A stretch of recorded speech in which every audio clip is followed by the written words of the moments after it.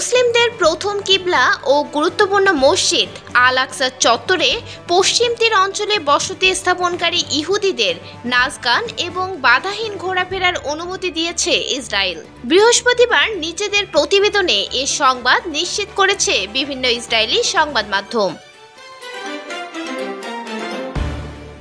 Israel ভিত্তিক সম্প্রচার সংবাদ মাধ্যম চ্যানেল 7 বৃহস্পতিবার তাদের প্রতিবেদনে বলেছে, এই প্রথমবারের মতো পবিত্র আল আকসা চত্বরে ইহুদি দর্শনার্থীদের গান, নাচ ও মুক্তভাবে ঘোরাফেরা করার অনুমতি দেওয়া হয়েছে।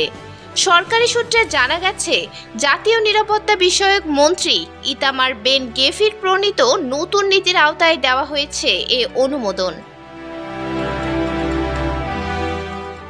প্রধানমন্ত্রী বেঞ্জামিন নেতানিয়াহুর প্রভাবশালী জোট সঙ্গী ইতামার বেন গেভির নিজেও একজন অবৈধ বসতি স্থাপনকারী এবং ইসরায়েলের কট্টর ডানপন্থী দল জিউইশ পাওয়ার পার্টির শীর্ষ নেতা।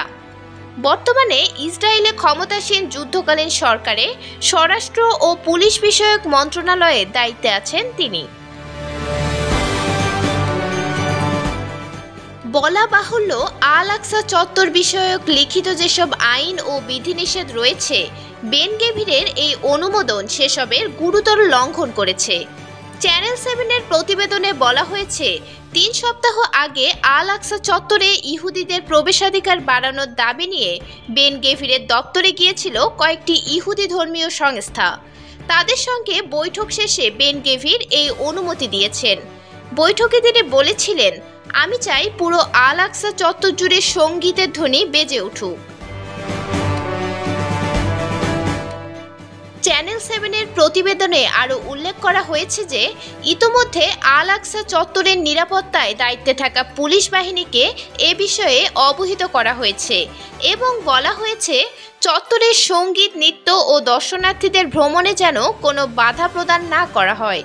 মন্ত্রণালয় থেকে যদিও এখন পর্যন্ত এই ইস্যুতে আনুষ্ঠানিকভাবে কিছু জানানো হয়নি, তবে 2022 সালে বেন গেভির ইসরায়েলের জাতীয় নিরাপত্তা বিষয়ক মন্ত্রী হওয়ার পর থেকে আল আকসা চত্বরে বসতি স্থাপনকারী আইন ও বিধিনিষেধ ভাঙার প্রবণতা বেড়েছে।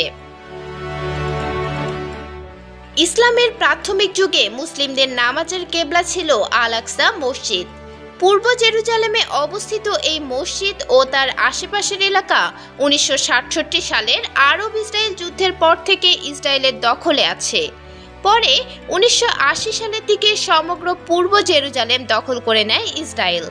তবে আন্তর্জাতিক সম্প্রদায় এখনও পূর্ব জেরুজালেমকে ইসরায়েলের ভূখণ্ড হিসেবে স্বীকৃতি দেয়নি।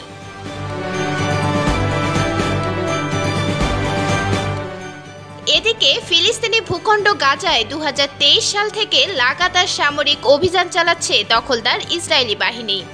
এ পর্যন্ত সরকারি হিসেব অনুযায়ী গাজায় নিহত হয়েছেন 56,365 জন এবং আহত হয়েছেন 1,32,239 জন। টানা 15 মাসেরও বেশি সময় ধরে টানা অভিযান চালানোর পর যুক্তরাষ্ট্র ও মধ্যস্থতাকারী অন্যান্য দেশগুলোর চাপে বাধ্য হয়ে গত 19 জানুয়ারি গাজায় যুদ্ধবিরতি ঘোষণা করে ইসরায়েল। কিন্তু বিরতির 2 মাস শেষ হওয়ার আগেই গত 18 মার্চ থেকে ফের গাজায় অভিযান শুরু করে আইডিএফ। সেই সঙ্গে গাজায় খাবার ও অন্যান্য ত্রাণ সামগ্রী প্রবেশেও বাধা দেওয়া হচ্ছে।